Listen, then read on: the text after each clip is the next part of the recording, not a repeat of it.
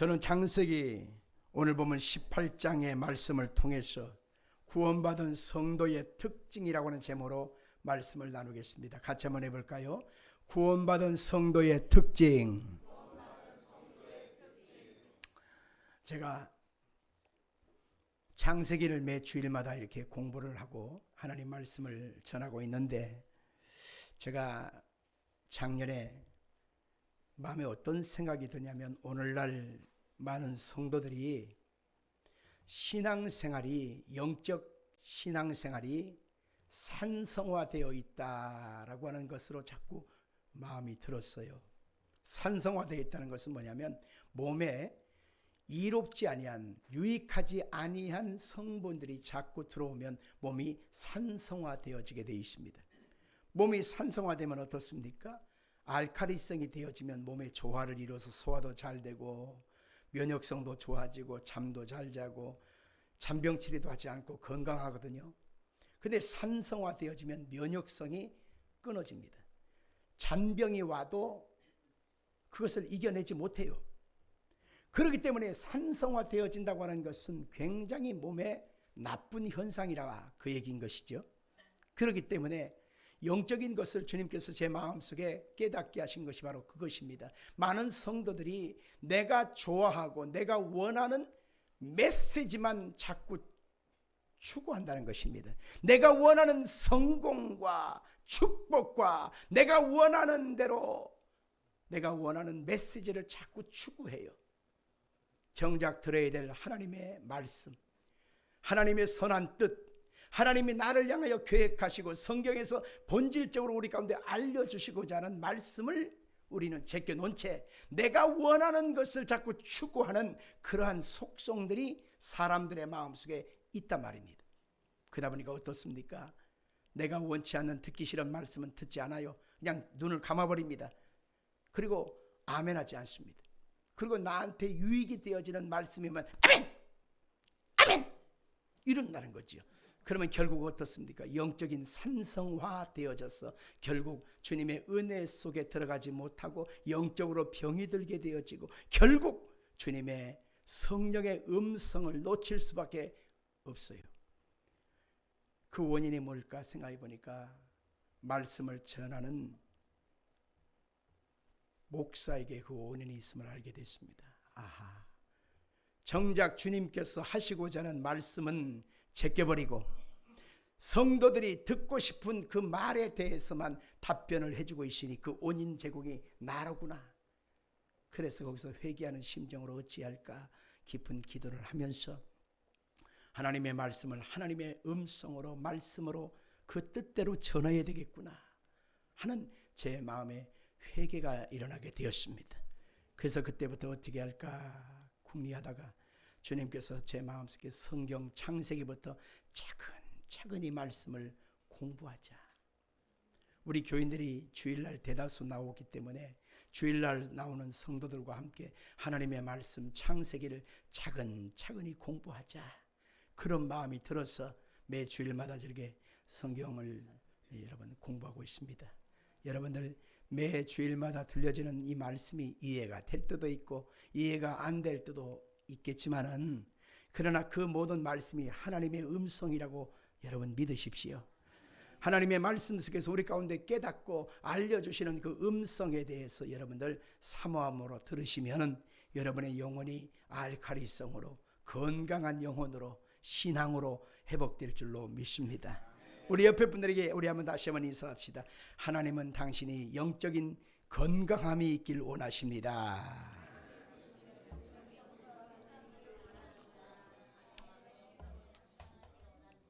오늘 창세기 18장 그 내용 속에 구원받은 성도의 특징이라고 하는 제목으로 말씀을 전하는데요, 우리가 15장에 시작된 하나님의 쪼개짐에 대한 이야기가 17장에는 할례 의식을 통해서 하나님이 말씀하시는 음성으로 이어지게 되었습니다. 할례가 아브라함과 가솔들에게 행해졌습니다. 요즘은 아주 좋은 시대 아닙니까? 그래서 포경수술을 해도 마취도 제대로 하고, 그리고 진통제도 놔주고, 그리고 염증도 나지 않게끔 마무리도 잘 해주지 않습니까? 그런데 아브라함이 살 때쯤 4,000년 전이라고 생각해 보십시오. 무슨 그런 게 어디 있습니까? 그냥 대충 부싯돌 갈아서 쓱싹 그러니 통증은 그대로 수반될 것이고, 그리고 그것이 아물기까지 얼마나 긴 고통이 있었겠습니까? 이런 상황에서 할례 의식을 행한 아브라함과 그 가족들은 지금 이 상황에서 지금 온 몸이 지금 통증 속에서 그것이 가라앉기까지 지금 하루하루를 지금 견디고 있었습니다. 할례를 받은 아브라함이 하루 중 가장 뜨거운 때가 한낮 아니겠습니까? 그러니까 이 팔레스타인 지방에서는 한낮이 되면 우리가 영상 40도 정도 되어지면 너무 뜨거워서 돌아다닐 수가 없지 않습니까? 그게 바로 그런 것과 같은 것입니다. 그래서 집 안에 서늘한 곳에서 낮잠을 자거나 거기서 좀 쉬어요. 아브라함도 역시 할례를 받았겠다가 날씨는 덥겠다가 그러니 밖에 돌아다니지 못하고 지금 아브라함은 시원한 곳에서 지금 있었던 것입니다. 그런데 마침 그때 아브라함의 눈에 세 사람의 나그네들이 지금 아브라함에게 찾아온 것입니다. 자기 집에 세 사람이 찾아온 것입니다. 그런데 처음에는 아브라함이 하나님인 줄 몰랐습니다. 그저 우리 집을 지나쳐가는 나그네인 것으로 알게 되었습니다. 근데 그 세 사람을 보면서 우리는 성경에서 하나님은 한 분이잖아요. 하나님은 한 분과 두 명의 천사를 데리고 양옆에 데리고 주님이 찾아오신 것입니다. 근데 아브라함이 처음부터 영적인 눈이 열리지 않았기 때문에 잘 몰랐습니다. 근데 3절에 보니까 내 주여 내가 주께 은혜를 입어 싸우면 이렇게 말하는데, 이것은 내 주께 은혜를 입어 싸우면 이라고 하는 표현은 하나님이라고 우리가 해석하지만 실상은 온문에서 가까이 해석하다 보면 그게 아니라 제가 좋게 보인다면, 제가 나쁜 사람이 아니라고 생각한다면, 좋은 사람처럼 내가 보인다면 우리 집에 오셔서 좀 쉬시고 제가 대접하는 음식도 좀 잡숫고 그리고 좀 몸을 회복시킨 다음에 가시지요 라고 하는 아브라함의 그러한 친절한 마음이었던 것을 보게 되는 것입니다. 아브라함은 전혀 알지도 못하는 나그네들을 마치 기다리고 있던 듯이 반갑게 맞아들이게 되어지고 가장 극진한 대접으로 좋은 음식으로 아브라함은 그들을 섬겼다라고 말하고 있습니다.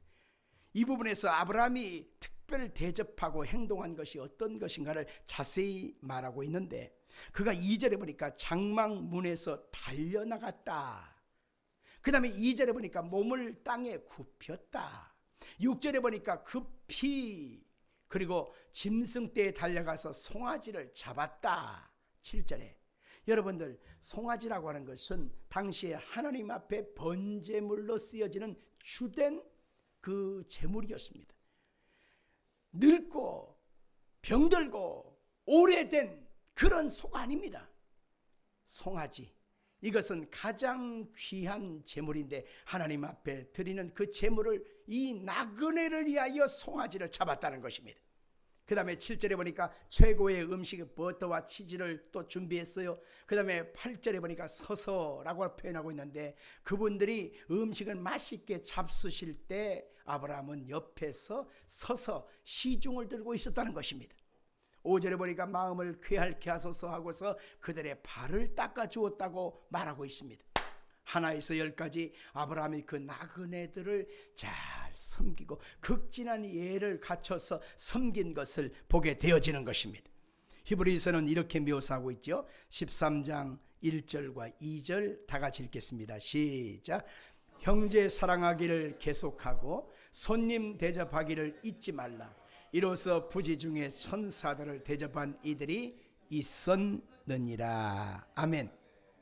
오늘 이 구절을 통해서 바로 아브라함은 할례 의식을 받은 다음에 구별된 하나님의 백성이라고 하는 신앙 고백을 하고 난 다음에, 하나님의 백성이 된 다음에 오늘 18장으로 놓으면서 가장 먼저 한 것이 뭐냐, 나그네를 극진히 대접했다라고 하는 장면으로 이어져 가고 있다는 것입니다.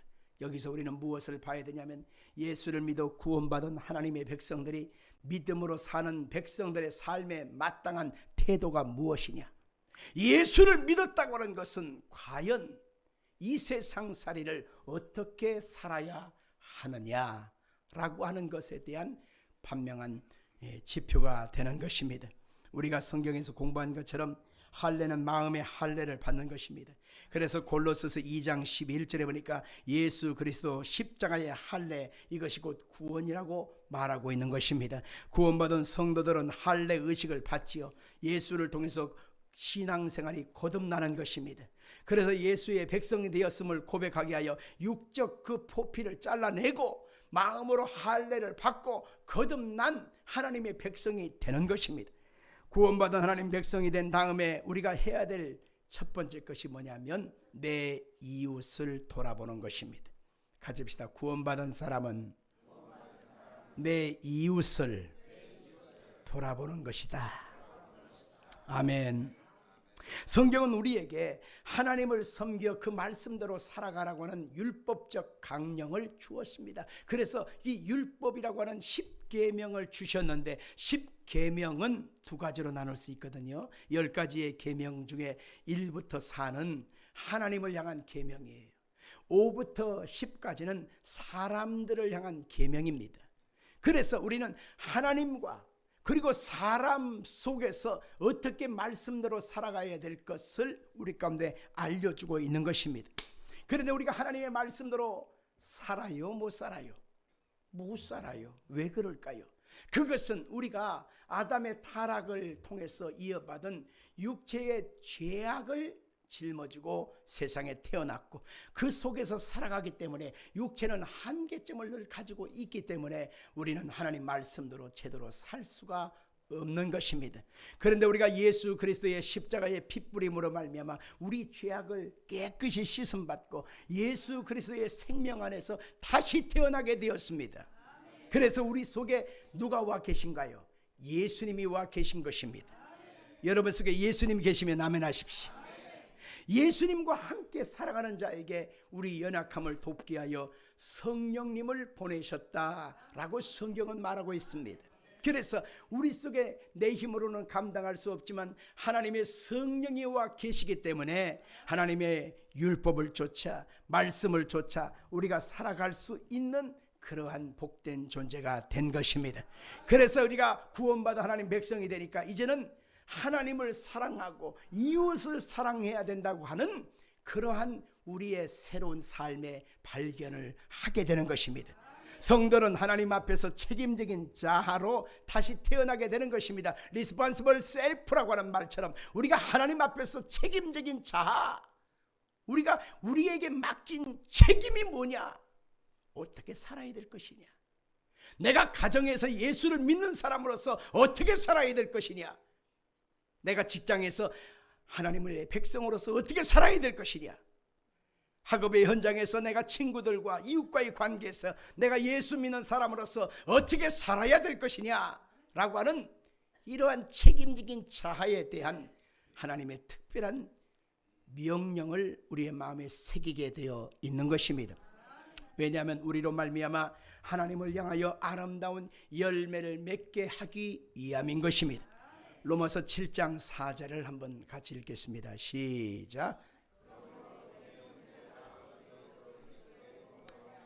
율법에 대하여 죽임을 당하였으니 이는 다르니 곧 죽은 자 가운데서 살아나신 이에게 가서 우리가 하나님을 위하여 열매를 맺게 하려 함이라. 이제는 우리가 삶을 살아갈 때 하나님을 위하여 선한 열매를 맺는 우리들의 삶의 방향성이 있다는 것입니다. 아담 안에서 타락된 우리 인생은 끊임없이 이기적인 것밖에 몰라요. 그래서 아담의 자식들 큰아들 가인과 아벨이 있었을 때 자기의 예배가 연락되지 못하고 동생의 예배가 연락되었다고 해서 큰아들이 작은 아들을 돌로 때려서 죽여버립니다. 왜 나는 안 알아주고 저놈만 알아주는 거야 하는 이기적인 발상이 사람들 속에 죄의 흔적 속에 숨어 있었던 겁니다. 자기밖에 몰라요. 그래서 디모데서에는 뭐라고 합니까? 말세가 되면 사람들이 자기를 사랑하고 돈을 사랑하고 쾌락 사랑하기를 하나님 사랑하는 것보다 더하다, 이렇게 말하고 있습니다. 자기밖에 몰라요. 어린이 집 운영하는 선생님한테 들었는데 어린이집 어린아이들이 제일 먼저 배우는 어린이집 용어가 뭐냐면 내 거야, 내 거야. 이 소리를 제일 먼저 한다는 것입니다. 내 거야. 왜 뺏어먹어? 내 거야. 내 장난감이야. 내 거야. 자기밖에 모르는 이상한 특징이 아이들한테 있다는 것입니다. 그리고 집에 가서 엄마들한테 거짓말한대요. 쟤가 때렸다고요. 선생님이 다른 애는 소시지 3개 줬는데 나는 2개밖에 안 줬다고 거짓말을 한다면 왜 3개 주고 2개 주고 1개 주고 차별하겠어요? 똑같이 줘요. 근데 거짓말 한다는 거예요. 때렸다고. 때리긴 뭘 때려. 여러분들, 희한한 그 거짓됨과 이기적인 욕망이 어린 아이에서부터 자꾸 발산되어지는 모습을 보면 인간은 어쩔 수 없이 육체라고 하는 그런 죄악의 연약함에 노출될 수밖에 없는 것입니다. 그런데 이렇게 이기적인 욕망에 사로잡힌 사람이 예수님을 만나고 예수의 영 성령을 통해서 거듭나게 되어지면 이제는 나 중심에서 이제는 타인 중심으로, 나 중심에서 하나님을 향하여, 나 중심에서 이웃을 향하여 우리는 세상을 향하여 아름다운 주님의 마음을 나누고자 하는 복된 마음으로 바꿔지게 되어 있다, 그 얘기인 것입니다. 주님께서 그 많은 율법이 결국 무엇으로 수렴되는 것이라고 하셨습니까? 마태복음 22장 36절로 40절에 보니까 바로 이웃 사랑과 하나님의 사랑이 같다라고 말씀하고 있습니다. 읽어봅시다. 선생님, 율법 중에서 어느 계명이 크니까? 예수께서 이르시되 내 마음을 다하고 목숨을 다하고 뜻을 다하여 주 너희 하나님을 사랑하라 하셨으니 이것이 크고 첫째 되는 계명이요 둘째도 그와 같으니 내 이웃을 내 자신같이 사랑하라 하셨으니 이 두 계명이 곧 율법과 선지자의 강령이니라. 잠깐 보십시다. 유대인들의 개념 속에는요, 하나님을 제일로 사랑하고 나머지 여부는 이웃을 향하여 나누어야 된다, 이렇게 생각했어요. 하나님을 제일로 사랑하고 나머지 여분이 있으면 이웃을 향해야 된다. 그 개념을 예수님이 여기서 깨뜨리시면서 하신 말씀이 첫째 되고 둘째 된 계명이 있다. 첫째는 하나님을 사랑하는 거다. 둘째 된 것은 뭐냐? 내 이웃을 내 몸같이 사랑하는 것이다. 아멘 합시다. 그런데 39절도 보세요. 둘째도 그와 같으니. 아멘 합시다. 하나님을 사랑하는 것처럼 이웃도 사랑해야 된다는 거예요. 하나님을 사랑한다면 이웃도 사랑해야 된다는 거예요. 여러분들, 하나님께 올인하면 됐지, 하나님만 알아주면 됐지, 이웃이야 뭐 어떻게 돌아가든 뭐든 나와 상관없어 하면서 우리의 마음이 닫혀지면 안 된다는 거죠. 하나님을 정말 사랑한다면 아멘 하십시오. 하나님을 사랑하는 그 마음만큼 우리는 이웃도 사랑하고 섬기는 마음이 있어야 한다라고 하는 것입니다. 일면식도 없는 자기에게 어떤 보상도 해줄 수 없는 나그네들이 자기 집에 왔을 때 아브라함이 그들을 본체 만체 그냥 지나가든지 말든지 해버릴 수 있어요. 근데 아브라함은 그렇게 하지 않았다는 것입니다. 할례를 받고 나서 하나님의 자녀로서의 신앙 고백을 하고 나자 가장 먼저 한 일은 바로 뭐냐면 그 내 집을 방문한 그 세 나그네가 그냥 지나쳐서는 안 될 것처럼 그들을 대접해야 되고 먹여야 되겠다는 아브라함의 그 마음에 사랑의 마음이 생겼다는 것입니다. 그리고 그것을 실천에 옮겨서 지극정서로 섬긴 우리의 모습을 보았습니다. 하나님과 이웃사랑은 불가분의 관계이고 하나님의 사랑이 우리 속에 충만하면 이웃을 향한 간절한 뜨거운 사랑이 우리 속에 반드시 있어야 한다는 것입니다. 그래서 성경의 사랑은요, 가장 낮은 자를 향한 사랑의 본질적인 그 방향성이 열려야 한다는 것입니다. 성경 신명기 10장 18절입니다. 시작. 나그네를 사랑하여 그에게 떡과 옷을 주시나니 너희는 나그네를 사랑하라. 전에 너희도 애굽 땅에서 나그네 되었음이니라. 우리나라 사람들이 참 못된 것이 하나가 있습니다. 요새 우리나라가 먹고 살만하고 많은 이웃들이 우리나라를 그냥 희망의 땅, 기회의 땅, 두려움의 땅, 그래서 우리나라를 애국인 근로자들이 찾아옵니다. 동남아시아의 어려운 사람들, 힘든 사람들이 우리나라에 찾아와요. 근데 그분들이 제대로 된 직장을 못 갔잖아요. 그래서 외곽에, 시골에, 공장에, 비닐하우스에 가서 그들이 거기서 일을 하고 월급을 받습니다. 그러면 정상적인 한국 사람처럼 근로기준법을 기준해서 제대로 된 월급을 줘야 될 거 아니요. 근데 거기에 반밖에 안 줘요. 더 쬐끔 줍니다. 그리고 그것도 제대로 주지 않아요. 그리고 그들에게 제대로 된 그 출근 시간과 퇴근 시간을 지켜주는 것이 아니라 하루 종일 밤늦게까지 그냥 일을 시키고 잠깐만 재우고 또 일을 시키고, 주 5일 근무를 얘기하고 있는 이 시대에 주 5일이 뭐예요? 일주일 내내 들들 볶아대는 그런 일을 하게 되고, 월급을 적다거나 아니면 몸이 아프거나 좀 주인에게 도움을 구하면 더 두들겨 패고, 너 불법 체류자지, 너 불법 체류자지, 신고해버려, 잡아가게 놔둔다, 이러면서 협박을 하고, 아프거나 병들거나 뭘 먹는거나 관심 없어요. 그들이 자는 그 숙소를 가보면 이거는 뭐 노숙자 비슷한 그런 그 환경에서 자든지 말든지 끓여 먹든지 이렇게 그냥 내동댕이 쳐버리고, 여러분, 이것이 우리나라의 못된 사람들의 방향성이기도 하는 것입니다. 있을 수 없는 것입니다. 우리나라는 과연 처음부터 그렇게 복된 나라요, 잘 사는 나라가 되었습니까? 아닙니다. 우리가 잘 알듯이 우리나라도 개발도상국으로 빈민국에 속해 있을 때 우리나라는 어떻게 했습니까? 독일 서독 광부로 가서 우리나라도 거기서 예화를 벌어왔지 않습니까?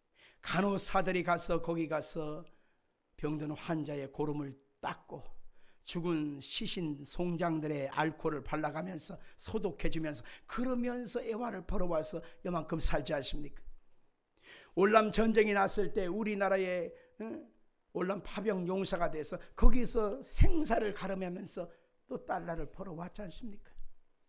사우디며 그 사막지대에 가서 우리나라 중동 근로자로서 고생하면서 거기서 애화를 벌어왔지 않습니까? 모진 수모를 당해가면서 일본에 가서 헛된 일을 해가면서 거기에서 달러를 벌어왔어. 우리가 이만큼 사는 것인데 우리도 나그네였다는 사실을 잊어버린 채 언제부터 잘 살게 됐다고 우리나라가 이렇게 교만 떠는지 모르겠습니다. 그 나라가 정말 선진국이냐, 정말 잘 사는 나라냐, 정말 민주주의인 나라가 되느냐라고 하는 척도는 뭐냐면, 그 사회에서 가장 연약한 자, 가장 괄세받는 자, 가장 손가락질 받고 소외된 자가 과연 어떤 대접을 받고 있느냐를 살펴보면 알 수 있는 것입니다. 그래도 우리나라는 그래도 많이 나아졌어요. 버스를 타보면 여러분들 그 뒷문으로 할 때 그 뒷문이 계단이 있어요, 없어요? 없어요. 요즘 차들은 계단이 없습니다, 뒷문은. 그래서 저상 버스라고 해서 딱 정류장에 도착하면 그 에어를 쭉 뺍니다. 슉 하고 내려앉아요. 그러면 휠체어가 곧바로 들어갈 수 있게끔 시스템이 되어 있습니다. 지하철 타고 가는 그 모습을 보면 전부 다 엘리베이터를 또 만들어갖고 장애인과 다리 아픈 양반들이 그 엘리베이터를 타고서 전철을 탈 수 있게끔 배려를 해주지 않습니까? 그리고 사회 그 보건 시스템이 너무너무 잘 돼 있어서 많은 돈 들이지 않고도 진료를 받고 약품을 받고 그러면서 살아갈 수 있도록 해준 것이 얼마나 좋은지 몰라요. 나름대로 많이 개선되고 좋아지고 있지만은 이것이 우리가 볼 때에 바로 하나님의 사랑이 세상 속에 이제는 열매를 맺어가고 있는 모습과 같은 것입니다. 우리 예수 믿는 사람은 세상을 향하여 끊임없이 사랑과 자비를 통해서 내 이웃을 향하여 하나님의 마음을 전달하고 실천할 수 있어야 하는 것입니다. 요한일서 4장 20절을 같이 보겠습니다. 시작. 누구든지 하나님을 사랑하노라 하고 그 형제를 미워하면 이는 거짓말하는 자니 보는 바 그 형제를 사랑하지 아니하는 자는 보지 못하는 바 하나님을 사랑할 수 없느니라. 우리가 이 계명을 주께 받았나니 하나님을 사랑하는 자는 또한 그 형제를 사랑하느니라. 아멘. 하나님을 정말 사랑한다면 내 이웃, 나그네 된 그 사람을 향하여 하나님의 사랑이 그들에게도 전달되어지게 해야 한다는 것입니다. 많은 사람들이 기도 많이 합니다. 말씀대로 산다고 합니다. 금식기도도 합니다. 꼬박꼬박 세워서 철야기도도 잘합니다. 성경을 달달달 외기도 합니다. 그러면서 하는 말이, 난 하나님을 잘 믿어, 하나님을 정말 의지해, 하나님의 사랑으로 충만하면 됐지 뭐, 이렇게 말하지만 여러분, 그것은 반쪽짜기 신앙입니다. 하나님을 정말 사랑한다면 그 이웃과 함께 그 이웃에게 복음이 그에게도 전달되어져야 하는 것입니다. 마태복음 7장 12절에 보니까 이렇게 말합니다. 시작. 그러므로 무엇이든지 남에게 대접을 받고자 하는 대로 너희도 남을 대접하라. 이것이 율법이요 선지자니라. 아멘. 받고 싶으냐? 그러면 먼저 남을 대접하라. 이것이 율법이요 선지자의 강령이라는 것입니다. 아멘 하십시다. 경주의 채부잣집이라고 하는 그 책이 있는데 거기 내용에 보니까 사방 몇십 리 안에 굶어 죽는 자가 없도록 하라 라고 하는 그러한 그 가문의 그 모토가 있다고 그래요. 그래서 우리 집이 여기 있는데, 우리가 부자인데, 나눠줄 수 있는데 우리 주변에 굶어 죽는 사람이 있다는 것은 누구 책임이요? 내 책임이다.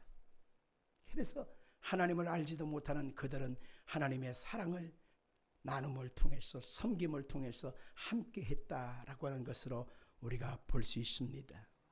성도 여러분, 우리가 그리스도 예수를 정말 사랑한다면 이웃과 함께 그것이 함께 증거될 수 있어야 하는 것입니다. 로마서 13장 8절로 10절을 한번 읽어볼까요? 시작. 사랑의 빛 외에는 아무에게든지 아무 빛도 지지 말라. 남을 사랑하는 자는 율법을 다 이루었느니라.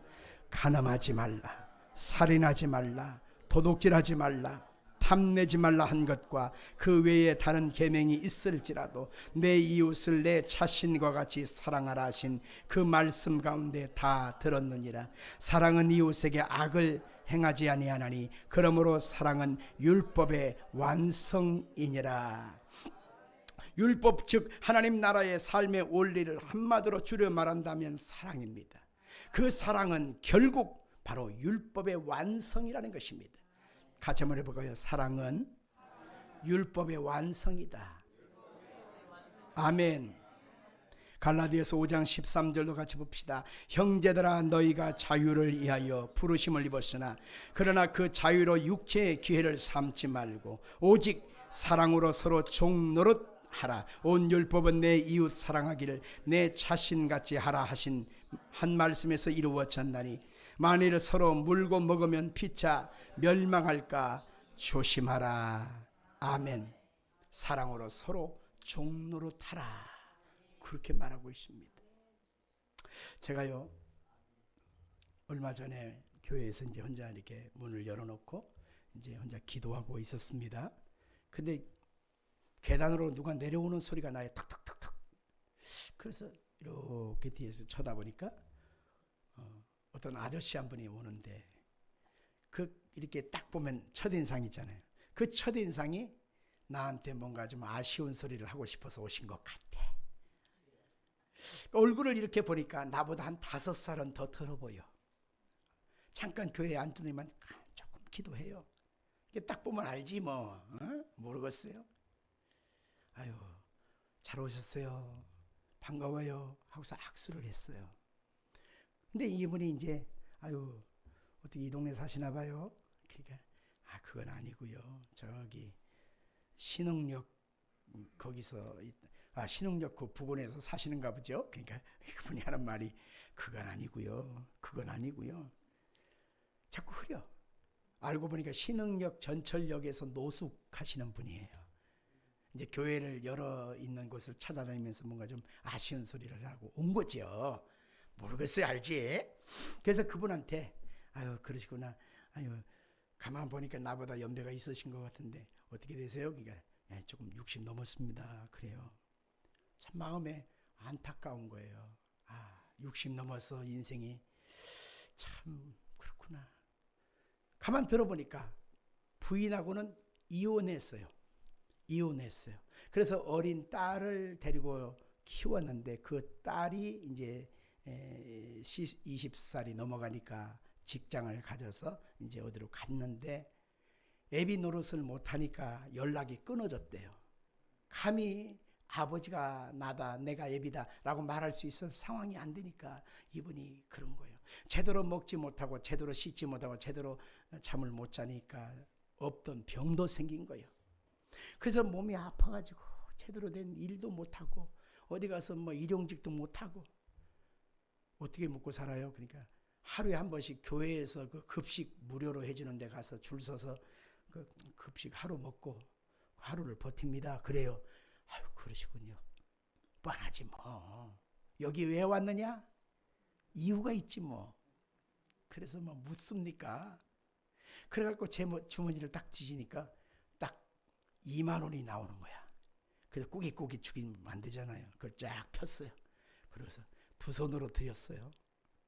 선생님, 제가 이것밖에 없네요. 가서 좀 따뜻한 국밥 한 그릇 잡숴요. 2만 원을 드렸어요. 그러니까 이분이 저를 딱 쳐다보는 거야. 보통 주면 1,000원, 2,000원 주면 다 주는 건데 2만 원을 주니까 갑자기 이렇게 많이 주냐 이거지. 내가 거슬려 드려야 되나? 그런 것 같아. 아이, 그럴 필요 없다고. 가서 잡수고요. 혹시 이 주변에 다시 지나가거든 우리 교회 오세요. 또 같이 제가 맛있는 거 사드릴게. 네, 그렇게 얘기를 했어요. 그럼 마지막으로 그랬습니다. 예수님을 믿으시죠? 그러니까 제가 집사예요. 내가 집사예요. 다니고 있는 하나님 백성인 거예요. 그러니까 마지막 교회라도 한번 들려볼까 싶어서 우리 교회를 들렸던 것이었던 거죠. 가슴속에 아팠어요. 세상살이가 얼마나 고달플까. 그야말로 내가 살아야 될 희망을 찾지 못한 채 오늘 하루를 버티고 견디는 좀 안타까운 모습을 보면서 이분에게 더 좋은 것을 줄 수 있었으면 얼마나 좋을까. 저분이 일할 수 있는 알바 자리라도 내가 좀 알선해 주면 얼마나 좋을까. 저분에게 내 주머니가 더 풍성해서 더 많은 것을 줄 수 있었으면 얼마나 좋을까. 저분이 따뜻한 잠자리가 되게끔 숙소라도 좀 줄 수 있었으면 얼마나 좋을까. 이런 생각을 해봤습니다. 우리가 예수로 충만하다면, 우리에게 하나님의 말씀이 충만하다면 하나님만 사랑하는 것이 아니라 이제는 그 향기가 이제는 내 이웃에게 전달되어져야 한다는 것입니다. 이것이 아브라함이 지금 할례를 받고 나서의 실천적인 모습이었다고 하는 것입니다. 그런데 우리는 창세기 19장을 넘어가기 위하여 우리가 18장 하반절을 보다 보면 또 특별한 이야기가 나오지요. 이들이 지금 어디로 가고 있냐면 소돔 땅을 향하여 가고 있다는 겁니다. 죄악이 관영해서 과연 그들이 그렇게 된 것인가 확인하고 그 땅을 심판하려고 가는 중이었다는 거예요. 거기 가기 전에 아브라함의 집에 지금 들린 거예요. 갑자기 생각났습니다. 그 소돔 땅에 누가 있어요? 자기 조카 롯과 그 가족들이 있는 거예요. 하나님, 그래서 의인 50명만 있다면 살려주셔서 멸망하지 마소서. 오냐? 50명이 안 될 것 같아서 5명을 뺀 다음에 45명은 안 될까요? 그것도 되지. 가만 보니까 안 될 것 같아요. 40명은요? 되지. 30명은요? 그것도 되지.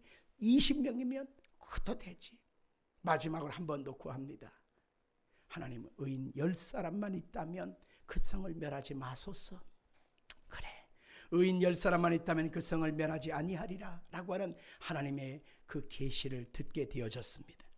우리가 다음 주에 우리가 보게 될 19장에는 드디어 그 천사들이 그 소돔 땅으로 가게 되어져요. 갔는데 천사들이 2명이 갔거든요. 근데 하나님은 이제 올라가시고, 그리고 2 천사들이 그곳에 이제 간 거예요. 파송받은 거예요. 그런데 우리가 생각할 때 이 천사가 우리처럼 이렇게 민주적인 자유를 태어나 이렇게 살아가는 것이 아니라 예쁘고 곱고 남자같이 여자같이 좌우지간 아주 잘생긴 얼굴이었던 거예요.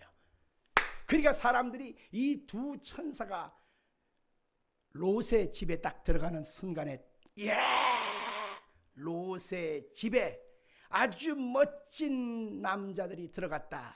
소문이 딱 돌아서 일순간에 사람들이 모여듭니다. 그래갖고 롯의 집에 대문을 막 두드리는 거예요. 열어라! 열어라! 부실 듯이 두드리는 것입니다. 그래서 왜 그러냐? 그러니까 그들이 하는 말이 너희 집에 잘생긴 그 남자들 끌어내라. 얼른 내놔라. 그렇지만 내가 부시고 들어가서 그것들을 내가 상관하리라 그럽니다. 상관하리라고 하는 말이 우리말로는 뭔 뜻인지 잘 모르죠. 근데 라패하리라 이렇게 말하고 있습니다. 라패하리라, 동성연애하리라. 소돔과 고모라 땅이 바로 멸망한 이유가 뭐냐? 동성연애 때문이었어요. 음란했습니다. 그래서 그 동성연애하겠다고 하는 그것을 듣자마자 롯이 뭐라고 합니까? 그건 안 된다. 이건 악한 일이다. 그러면서 내가 내 딸 둘이 있는데 남자를 아직 몰라. 그러니까 너희들에게 그것을 줄 테니까 그 사람들한테는 이러지 말아라. 제발 이러지 말아라. 그랬을 때 그들이 달려들어서 문을 부수려고 할 때에 하나님의 천사가 짠 나타나서 그냥 그들의 눈을 어둡게 해버리고 그 성을 멸망시켰다고 하는 성경의 구절을 보게 되는 것입니다. 여러분, 여기서 할례 받은 사람의 그 삶의 가치관과 할례를 받지 못한 사람들의 가치관을 우리는 두 가지로 쫙 나눠서 볼 수 있습니다. 할례를 받고 거듭난 하나님을 두려워하고 사랑하는 사람들은 이웃과 연약한 자들을 돌아봅니다. 친절합니다. 부드럽습니다. 할례를 받지 아니한 그 악한 사람, 소돔 사람들은 그들이 강팍합니다. 음란합니다. 더럽습니다. 오히려 흉악합니다. 이게 두 가지의 갈라진 모습입니다. 그렇기 때문에 우리가 오늘 이 시간 이 말씀을 받으면서 예수를 믿어서 정말 내가 구원받아 하나님의 자녀가 되었다면 나의 이웃들을 돌아보는 겁니다. 5월달은 첫째 주는 어린이 주간, 둘째 주는 어버이 주간, 세 번째 주는 스승의 주간, 네 번째는 부부의 주간이지 않습니까? 그래서 5월달 전체는 가정의 달이라고 하지요. 그래서 5월달은 하나님의 사랑을 정말 실천하고 나눌 수 있는 그러한 복된 달인 것입니다. 아멘 하세요. 사랑한다고 말할 수 있는 것 용기입니다. 미안하다고 말할 수 있는 것도 용기입니다. 고맙다고 말할 수 있는 것도 용기입니다. 힘들겠지만 어색하지만 전화를 거세요. 그리고 고맙다, 사랑한다 라고 말해 보십시오. 얽힌 관계가 있다면 미안해요, 잘못했어요, 다음부터 더 잘할게요 라고 말하는 그런 고백도 한번 해보시길 바랍니다. 2000년 전에 하늘에 적을 두신 나그네가 세상에 오셨습니다. 그분이 이 세상에 오실 때 흠모할 만한 아름답도 없고 뛰어난 것도 없고 그는 마국간에 태어나셨습니다. 그는 33년의 인생을 사셨지만 그분의 얼굴의 모습 속에 뛰어나고 아름답고 존경할 만한 모습이 없었습니다. 왜? 너무너무 안 좋은 모습들이 많았기 때문이죠. 그러나 그분은 사랑을 나누셨습니다. 그분은 병을 고쳐주었습니다. 귀신도 쫓아주었고요, 눌린 자를 자유케 해주었고요, 그분은 자기의 온몸에 죄와 허물을 담당하고 십자가의 몸을 찢고 피 흘려 죽으셨고 우리의 죄값을 완전히 청산하셔서 죽임까지 당했습니다. 그런데 하나님은 그분을 다시 부활케 하심으로 하늘에 있는 자들, 땅에 있는 자들, 땅에 아래에 있는 자들, 모든 자들로 예수 이름 앞에 꿇어 엎드려 경배할 수 있게끔 만들어 주셨습니다. 주님이 재림의 날 양과 염소를 가르시고 그들의 분리하시는 근거가 무엇이냐면 가장 작은 자에게 한 그 사랑이었다는 것입니다. 나그네를 대접하는 것이었다라고 하는 것입니다. 우리 한번 마태복음 25장 34절로 40절을 한번 읽어볼까요? 시작. 그때의 임금이 그 오른편에 있는 자들에게 이르시되 내 아버지께 복받을 자여 나와 창세로부터 너희를 위하여 예비된 나라를 상속받으라. 내가 줄일 때 너희가 먹을 것을 주었고 목마를 때 마시게 하였고 나그네 되었을 때 영접하였고 헐벗었을 때 옷을 입혀 주었고 병들었을 때 돌아보았고 옥에 갇혔을 때 와서 보았느니라. 이에 의인들이 대답하여 이르되 주여 우리가 어느 때에 주께서 줄이신 것을 보고 음식을 대접하였고 목마른 자에게 마시게 하였나이까? 어느 때에 나그네 되신 것을 보고 영접하였으며 헐벗으신 것을 보고 옷 입혔나이까? 어느 때에 병드신 것이나 옥에 갇히신 것을 보고 가서 배웠나이까 하리라. 임금이 대답하여 이르되 내가 진실로 너희에게 이르노니 너희가 여기 내 형제 중에 지극히 작은 자에게 한 것이 곧 내게 한 것이니라. 아멘. 주님의 복음으로서 열매를 맺는 것은 기대도 하지 않고 받을 만한 그릇도 되지 못하고 자격도 되지 못한 그 사람에게 주님의 사랑으로 다가가 주는 것입니다. 가장 작은 자에게 한 것이 곧 내게 한 것이라고 오늘 성경에 말씀하시면서 양과 염소를 갈랐다는 것입니다. 그래서 성경은 모든 성도를 가리켜서 나그네요 이방인이라고 말하고 있습니다. 성도를 가리켜서 베드로는 나그네라고 말하고 있고요, 흩어진 나그네라고 말하고 있습니다. 히브리서에는 나그네요 외국인이라고 말하고 있습니다. 우리는 이 세상에서 영원히 살 것이 아니라 잠깐 왔다가 곧 있으면 저 세상으로 떠날 존재입니다. 우리 인생은 나그네입니다. 그렇기 때문에 이 세상에서 우리가 가장 복된 일은 예수님을 내 마음의 구주로 영접하는 것과 나를 통해서 누군가에게 아름답고 따뜻한 사랑이 증거될 수 있게 해야 한다라고 하는 것입니다. 이 세상에 나타날 때에 가장 연약한 자요 가장 비참한 모습으로 왔지만은 하나님이 그들을 통해서 하나님의 선한 뜻을 이루었다는 사실을 알 수 있습니다. 요셉이 가장 비참한 모습으로 형제들에게 비웃음 당했어요. 모함을 당했어요. 누명을 썼어요. 옥에 갇혔어요. 그러나 가장 낮은 자의 모습으로 왔지만 요셉 때문에 온 가족과 가문이 구원받지 않습니까? 우리가 잘 알듯이 다윗도 마찬가지입니다. 기름 부음을 받기 전까지 다윗의 인생은 양치기였어요. 도망자의 신세였습니다. 자존심이 있고 무엇이고 완전히 땅 밑바닥까지 던져진 그런 미친 사람 취급도 받았습니다. 그런데 그 가장 낮은 자의 모습으로 온 그 다윗을 하나님이 들어서 위대한 민족의 지도자여 왕으로 세웠다는 것을 볼 수가 있는 것입니다. 여러분과 제가 어찌 보면 이와 같습니다. 우리가 세상에 살아갈 때에 대단한 사람, 멋있는 사람, 엄청난 사람, 권력 있는 사람, 가진 자, 그런 영광스러운 모습을 받았다면 축복이겠지요. 그러나 여러분과 저의 모습은 어찌 보면 누가 보더라도 내세울 것이 없는 나그네 같은 연약한 모습, 투성 아니겠습니까? 그런데 우리를 통해서 예수님이 증거되어지고 사랑의 온기가 이웃과 가정에 증거되어지면 거기에서 하나님의 놀라운 역사가 임하게 될 것입니다. 하나님의 놀라운 그리스도의 긍휼과 자비가 열매 맺게 될 것입니다. 하나님의 나라는 이런 자의 것이라고 성경은 말하고 있습니다. 고린도전서 1장 26절 이하를 한번 같이 보겠습니다. 시작. 형제들아 너희를 부르심을 보라. 육체를 따라 지혜로운 자가 많지 아니하며 능한 자가 많지 아니하며 문벌 좋은 자가 많지 아니하도다. 그러나 하나님께서 세상의 미련한 것들을 택하사 지혜 있는 자들을 부끄럽게 하려 하시고 세상의 약한 것들을 택하사 강한 것들을 부끄럽게 하려 하시며 하나님께서 세상의 천한 것들과 멸시받는 것들과 없는 것들을 택하사 있는 것들을 폐하려 하시나니 이는 아무 육체도 하나님 앞에서 자랑하지 못하게 하려 하심이니라. 여러분과 제가 예수 그리스도 안에 있는 하나님의 은혜 속에 있는 나그네라고 하는 사실을 인정하십시오.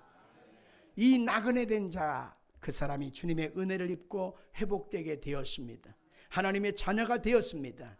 우리는 또 다른 나그네를 돌봐야 합니다.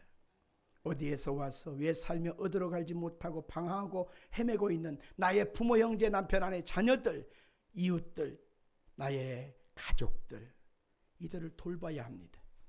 하나님, 나를 통해서 하나님의 사랑이 아름답게 전달되게 해 주옵소서.